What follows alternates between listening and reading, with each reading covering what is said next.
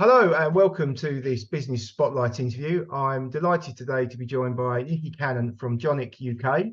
Hi Nicky, how are you? Hi, I'm great, thank you. Yourself? I'm very well, thank you. Thanks for taking the time to speak to me today.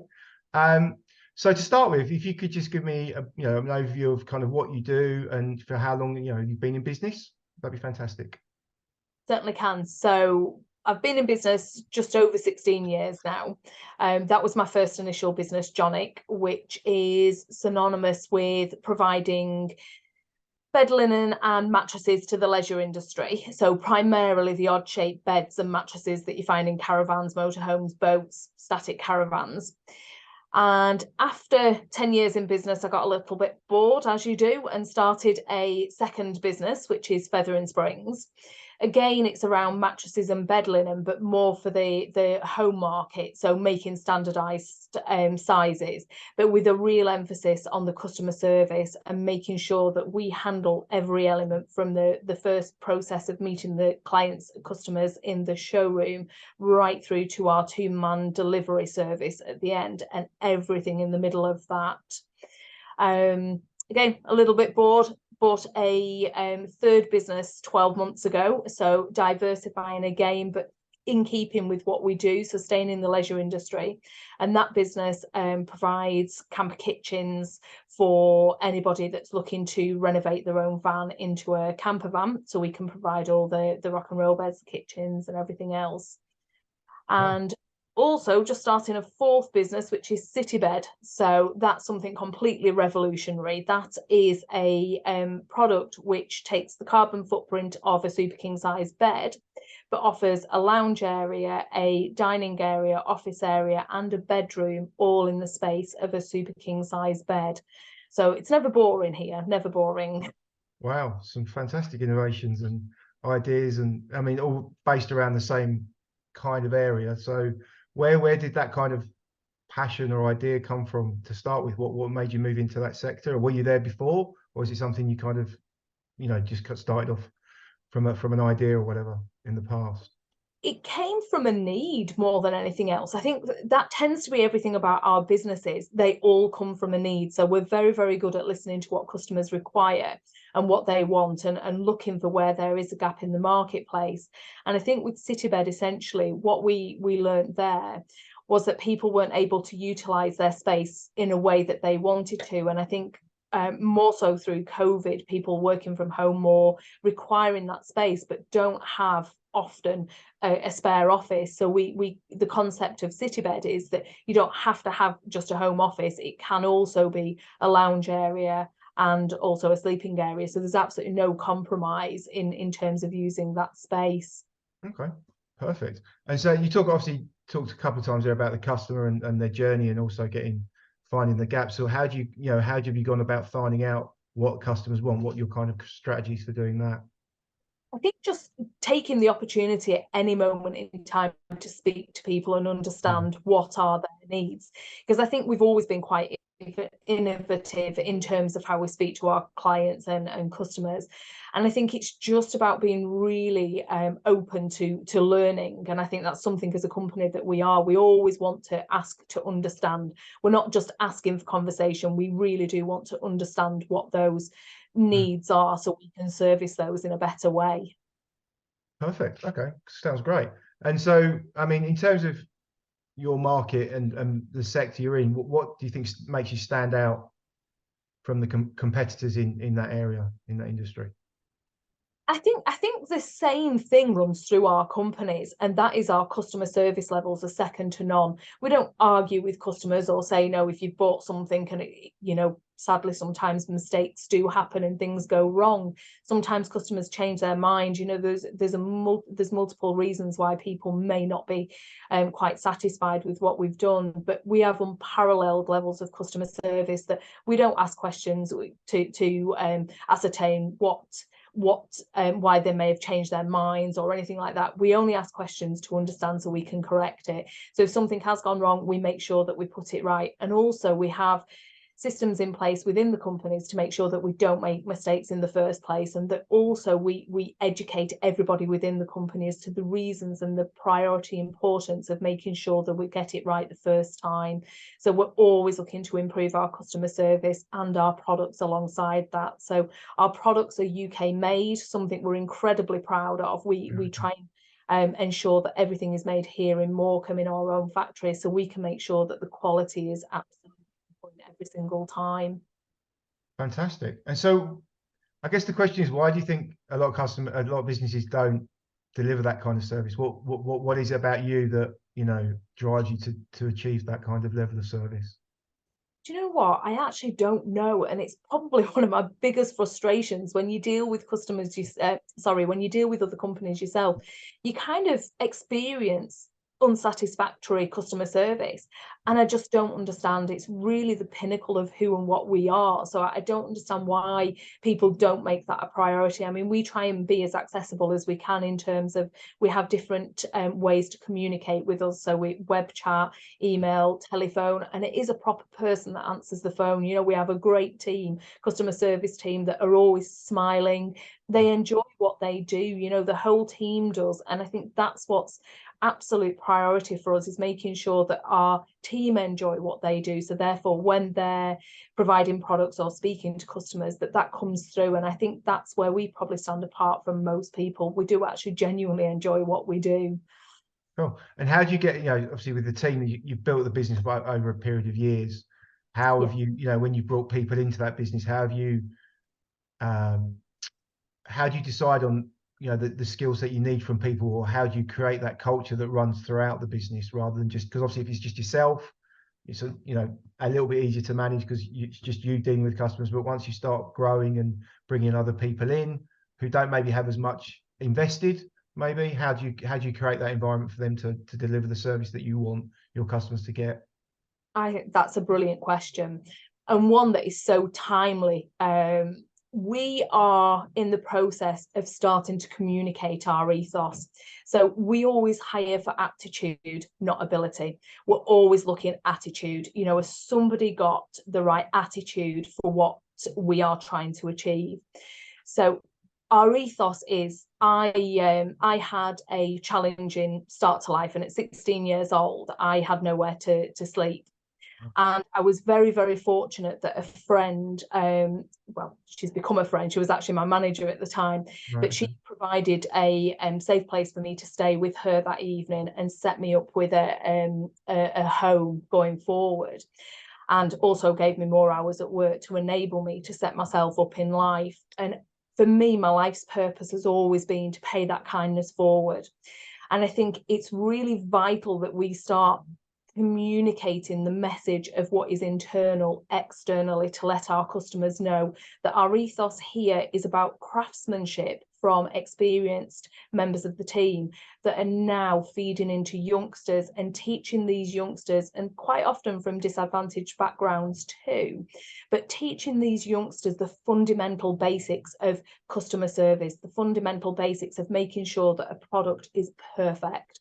You know, we don't do anything that isn't perfect here. Everything is taught to make sure we package it in the correct way, that we manufacture it in the correct way, that when we're on the tape edge, for example, that it's sewn just perfectly, or the sheets are sewn perfectly. And when the youngsters come in, we teach them to make sure that those levels are kept exceptional and beyond what probably other companies expect from them. So it's quite a great environment for youngsters to come into, because we've created an experienced team that are more than willing to pass that expertise on to youngsters. So, because one of the biggest challenges we have at the moment is that skill gap of the experience, and passing that on to onto others to be able to grow the company, and bringing people in with the skills that we require has always been a challenge from the first sort of days in business, where I was a self-taught machinist because I couldn't get a sewing machinist, so I had to self-learn and learn how to sew to start the company. And that's been an ongoing challenge that we've had. So we've created an academy now where we're bringing youngsters through and teaching them the skills that they require to live a fulfilled life, because it's not just about their working life, it's about their life outside of that as well. So I'm genuinely personally very, very excited about what we're starting to do, and I know the rest of the team are enjoying the journey with me also. Wow. Wow, what a story. I mean, you know, it's just inspirational to kind of, you know, the fact you've taken that, you know, a massive thing that happened in your life when you were younger, and you know, you're using that as a driver for what you're trying to achieve with your business as well. Is, you know, it's great to hear, and it's fantastic that you're trying to give back, you know, and create some opportunities for local youngsters and younger people to kind of progress and develop skills in whichever way they can. So, you know, fantastic stuff, and really interesting, really interesting. So you talked about that a little bit earlier about the qualities you look for employees. You talked about like aptitude rather than skill set. So what aptitudes do you look for? What is it that you look for in someone when you bring them in to the company? I don't interview in a traditional manner. I never have done. I just do it in a chat type way. So I want to really understand what are their motivators. And sometimes, you know, you chat with youngsters and they're just lost. They don't know what they're trying to achieve. And I think quite often they've gone through the school system. And unfortunately for them, it's been quite harrowing because they've not been maybe academically at the top of the class, and therefore have found quite a lot of problems within the class environment, which has knocked their confidence quite significantly. So by the time they come to an interview, they're terrified. You know, they're sat there and they don't know what to expect. And I think by just having a chat and really understanding what is it that they're trying to achieve in their lives, that they calm down straight away and they just open up and are really honest. And we try and sort of understand what is their personality type and fit their job role alongside their personality type. So they're working in their flow all the time, as opposed to putting somebody in a position that actually they don't feel comfortable in. And what we find is youngsters really grow very, very quickly in a supportive, encouraging environment. And so therefore, that has a knock-on effect, because they then speak with their friends who then come for an interview, but they already know what to expect because their friends are telling them. So we're finding that that's quite a good way of bringing people into the company. But then we have to balance that out with experience as well. And I think that interview is a slightly different way of me finding the correct person, because obviously I'm looking for a different skill set from somebody that's got experience. Somebody that's coming into the academy and the apprenticeships. Yeah, sure. Oh, yeah, interesting. And it's quite a refreshing way of doing things in terms of, you know, it's kind of something that, you know, if you bring people in the right attitude, you can train the skills, right? So it's just a different way of looking at it. And you know, when you're trying to create an ethos around a business, then, you know, clearly the people's values are as if not more important than the skill set, right? So it's a really good way of building that culture. It's great. Yeah, really interesting. So you kind of talked about that. Obviously, you bought a few, or you looked at different, expanded the businesses, looked at kind of diversifying a bit. So what does the future look like? You know, what is it you see as the main challenges as you move forward over the next few years? So I think, as I've already touched on, that skill gap is definitely our biggest challenge. And I think by starting the academy, that overcomes that challenge. I think it's always difficult to sort of look at challenges and preempt what they're going to be. But I think as quite an entrepreneurial company, we're very, very responsive. So as many companies, the COVID period was quite challenging in terms of family dynamics and our team's family dynamics, and, you know, sort of negotiating those challenges alongside being able to sort of keep the business going during that period. And I think a togetherness starts to happen. You know, you're not in this individually, you're in this together. And I think that we've taken that and we've kind of ran with that. So I think that any challenges that we are presented with, we only see as lessons anyway. So we kind of face them head on, we find a solution, and we just keep adapting all the time. So we very much kind of relish challenges, because I think that they bring new learnings and new opportunities. So challenge is always one of those words for me that I always see as a positive and think, yeah, come on, bring it on. Fantastic. Absolutely. Yeah, no, you know, from where do you learn from? Experience is always the key, right? You learn from experiences as you go through things. And, you know, as you say, if you confront things and take ownership, take responsibility for things, you can obviously find a way through a lot quicker than if you kind of look to blame other people or for excuses why things aren't happening. But by the sounds of things, like you say, by what you've created over the last few years, and the fact you're expanding and growing into different markets is testament to that, what you just said, looking at the opportunities that could be brought into growing your business. So really interesting again. So I guess what would be your best, so someone watching this who's starting their business journey, starting a younger person maybe, what would your best advice be to them if they were thinking of starting their own business?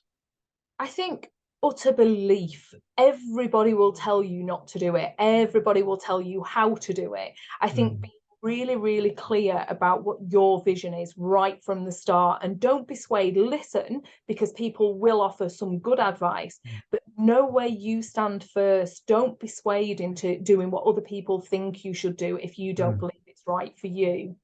And I think the second thing is finance. Always making sure that you've got your finance right, keeping an eye on those figures, because if you're not watching those figures, many businesses, good businesses, go to the wall because they haven't got an eye on those financials. So I think that's key. Have somebody, even if it's not your strength, bring somebody in very, very early that it is their strength, because if you're watching those financials, then 9 times out of 10 you'll be okay.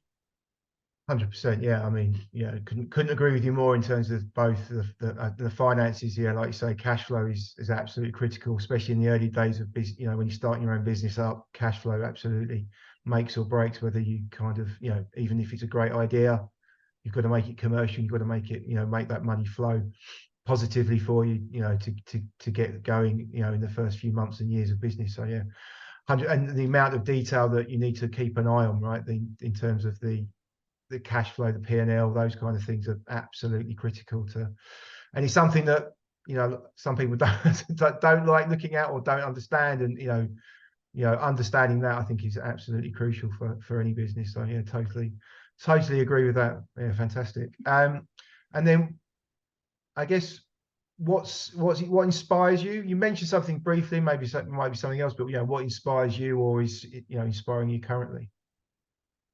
I think that's, again, a great question. I'm inspired every day by multiple of different people, or multitudes of different people. I think I'm an avid reader, so I'm always inspired by books. And I think that there's some aspirational characters out there that you kind of look at and think, yeah, I think the big thing for me is sort of knowing what I'm capable of. And if somebody has done it before, then I stand a chance of doing it because they've done it in a way that has serviced them, and you can also do it in that same way. So I think inspiration comes from many different forms, but I think primarily probably my team. They inspire me every day. We work together collectively to take on challenges and to take on new opportunities and everything, and without them I wouldn't be sat here now. So I think my team definitely inspire me every day. Fantastic. So just out of interest, what kind of books have you read? What are the kind of books you've read recently? What a couple of books that you've read that have kind of given you some real insights? Yeah, quite an eclectic reading style. Generally, always business books. I mean, there's a few. My favourite. Everybody that knows me knows I'm an avid reader, so I'm always talking about books and recommending different ones. But I think my favourite that I've ever read is Think and Grow Rich, Napoleon Hill. I think that is a terrific book in terms of mindset and getting yourself prepared for business. Because I think that an awful lot of people think business is easy. People outside of being in business think that, you can work the hours you want, you can pick and choose what you do and don't do, and it simply isn't like that. I probably work more hours than the rest of the team in terms of thinking, planning, and putting processes in place and everything. But I think being inspired by a lot of the books that I read process-read books. I read an awful lot of mindset books. How to Win Friends and Influence People. How to Win Friends and Influence People is another great book. So ones like that, I mean, there's so many. Mindset by Carol Dweck. There's just loads that mindset books are probably my favorite, I would say, alongside business books. Fantastic. Yeah, two absolute classics, Napoleon Hill and Dale Carnegie, right? In terms of, absolutely, absolutely. When you're working on your mind and the challenges that you talk about challenges, and it shows in the way that you face things, right? Because you know, you can look at it as a problem or an opportunity, and you know, clearly when you look at it as an opportunity, you're more likely to achieve you know, much better results in what you're trying to do. So, you know, fantastic. No, really, really interesting. Great. No, thank you so much for your time. It's been really, really interesting to learn a bit more about you, certainly you and your background, and what drives you and the business as well. So just to finish off, you know, any offers or latest news and contact details that, you know, people watching can have a look at, you know, what you do, you know, in terms of your business, etc. Absolutely. So I think the best way is LinkedIn. That tends to be where I'm sort of communicating an awful lot of things at the moment. But we do have websites. If you just Google Jonic, Feather and Springs, City Bed, and Lakeland Camper Kitchens, we've got 4 websites there that people are able to see what we do and what we provide. And that's probably the easiest way. There's phone numbers on all of those as well. So if there isn't the information that you require, you can always give us a call. Fantastic. Thank you very, very much. No, so again, once again, thank you so much for your time. Been really great to speak to you, and wish you well for the future and all the, you know, everything that you're working on in all these different companies that you've got going at the moment. But no, thank you once again. Thanks, Rob. Take care.